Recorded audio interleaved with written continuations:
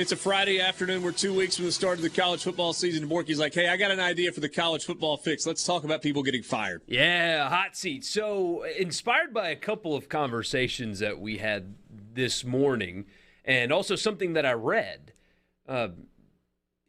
Famous last words, right? Because it never actually goes down like this, but it feels like the highest level of college football is relatively stable with the current crop of coaches. So this is more of an exercise than it is saying who should not get fired. But in terms of high-profile jobs in college football, how many of them are actually in jeopardy?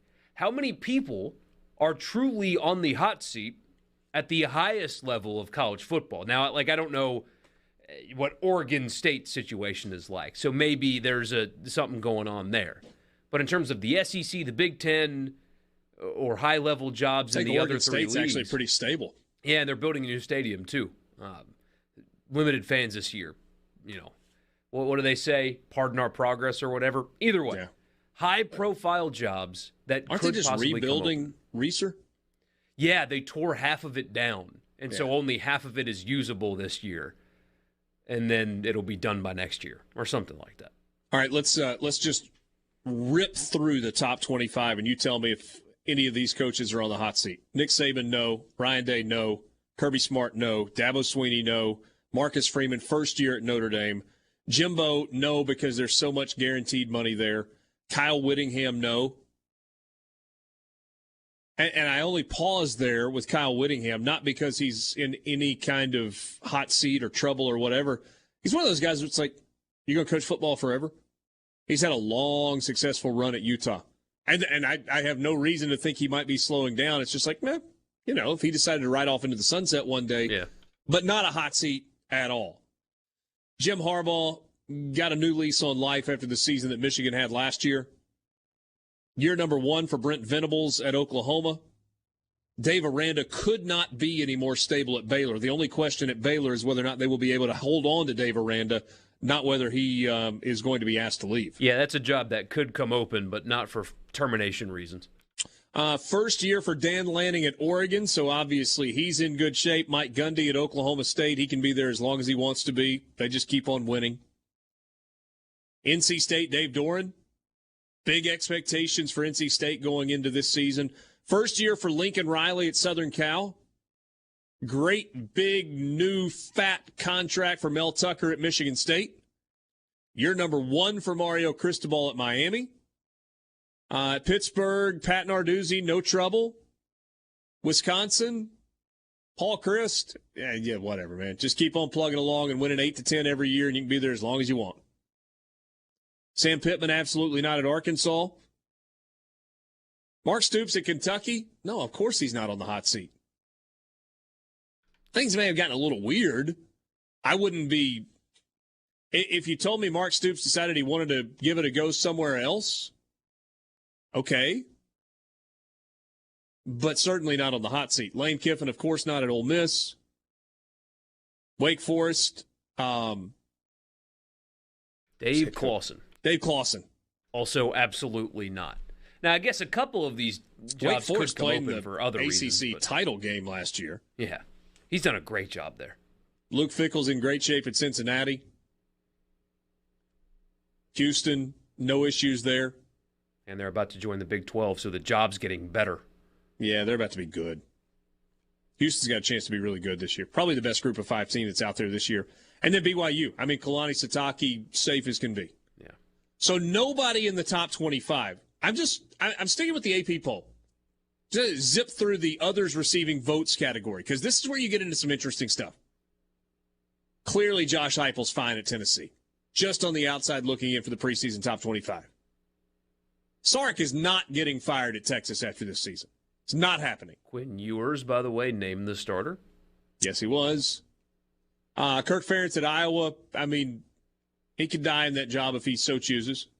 New contract for James Franklin at Penn State. First-year head coach Brian Kelly at LSU. Fresno State's in good shape. I think first-year head coach there as well, right?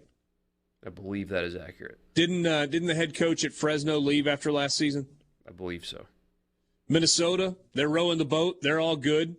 Gus is in good shape at UCF. What about Purdue? He's not getting fired. Big contract. Mike Leach, Mississippi State. No shot. They just gave him a raise and an extension. If he loses the Egg Bowl, fans are going to call for it. But it ain't happening. All right, so you've got to go in the preseason rankings. 26, 27, 28, 30, 31, 32, 33, 34, 30. You've got to get all the way to a team that would be, if you kept going with the rankings, number 36 to get to a hot seat. And that's Brian Harsin at Auburn. Yeah. And I think he is one of two in the SEC alongside Eli Drinkwitz, but that's not, I don't think his is hot. But if you told me that two coaches in the SEC were gone, he would be my choice number 2. So there's 2 in the SEC. In terms of big jobs in the ACC, there's 1. Well, all right, let's just finish this list. Kansas State's good but climbing. Yep. Billy Napier, first year. Mac Brown's not getting fired at North Carolina. Boise State's in good shape. Appalachian State's in good shape. Air Force, they're fine. Shane Beamer, great shape at South Carolina. Brand new head coach at Utah State. Chip Kelly just signed an extension at UCLA. San Diego State's going to be good. Scott Frost at Nebraska. Yeah. Hottest of seats. The hottest in the country. All right. So to your point. So that was about 45 teams. Yeah. And you can identify 2 where there's a potential hot seat there. So let's do it by conference, right? ACC. It's got to be Florida State and Mike Norvell. And I maybe like Dino Babers also, but that's not a big job. It's just not. Syracuse doesn't move a needle. It's not going to disrupt college football if that job comes open. So 1 in the ACC. You identified 2 possibly in the SEC, but it feels like 1.5. Yeah. Missouri's a stretch, but yeah. Big Ten, it's Nebraska. Anybody else? Anybody else in the Big Ten? No. Mm-mm. What about the Big 12? Relatively new head coach at Texas Tech, and there's some expectation there. Brand new head coach at Texas Tech. That's right, first year. That's it. I mean, no, nobody. Matt Campbell's not going anywhere at Iowa State. Nope. Kansas, I don't think, is going to make a change right now. But if they do, it doesn't move a needle anyway. I was going to say. And then you go to the West Coast. Stanford's not going to fire David Shaw. No. Arizona State is a prime candidate there. NCAA trouble, not winning. Yeah. So when you think about it.